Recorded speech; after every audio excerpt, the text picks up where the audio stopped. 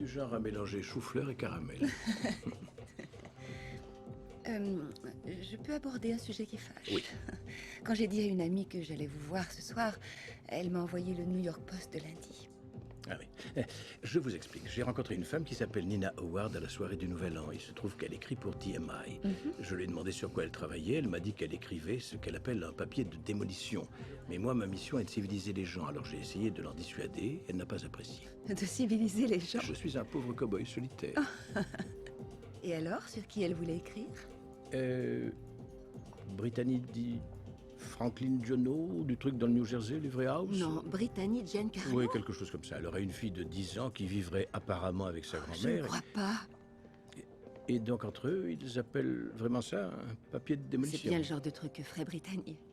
Oui, sans doute. Elle a abandonné sa propre fille. J'en sais absolument rien. Je suis même pas sûr que cet enfant existe, mais est-ce Ah, que je je voulais savais qu'elle dire- était loin d'être honnête. Elle n'avait pas invité Wendy à sa soirée et quand elle a dû s'expliquer, elle a demandé à tout le monde de mentir pour elle. Qui ferait une chose pareille, franchement? Je sais pas. Oh, et en plus, il paraît qu'elle a une liaison avec son prof de yoga.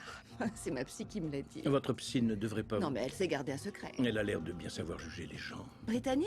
Votre psy, Parce qu'elle, c'est une belle garce. vous aussi. Non, revenons un peu en arrière et laissez-moi vous expliquer. Quand j'ai dit vous, je voulais dire nous tous. En fait, moi, je me contrefous de Brittany. C'est elle qui s'est mis là-dedans. Par contre, je m'inquiète pour le reste d'entre nous qui devenons comme ces vieilles concierges avec leurs bigoudis sur la tête se délectant devant les malheurs scénarisés d'une pauvre fille de...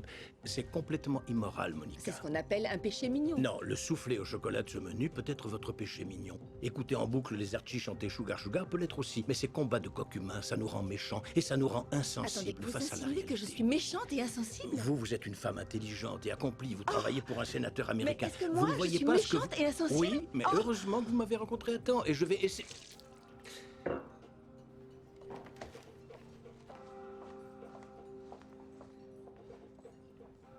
C'est fou comme ça arrive souvent en ce moment.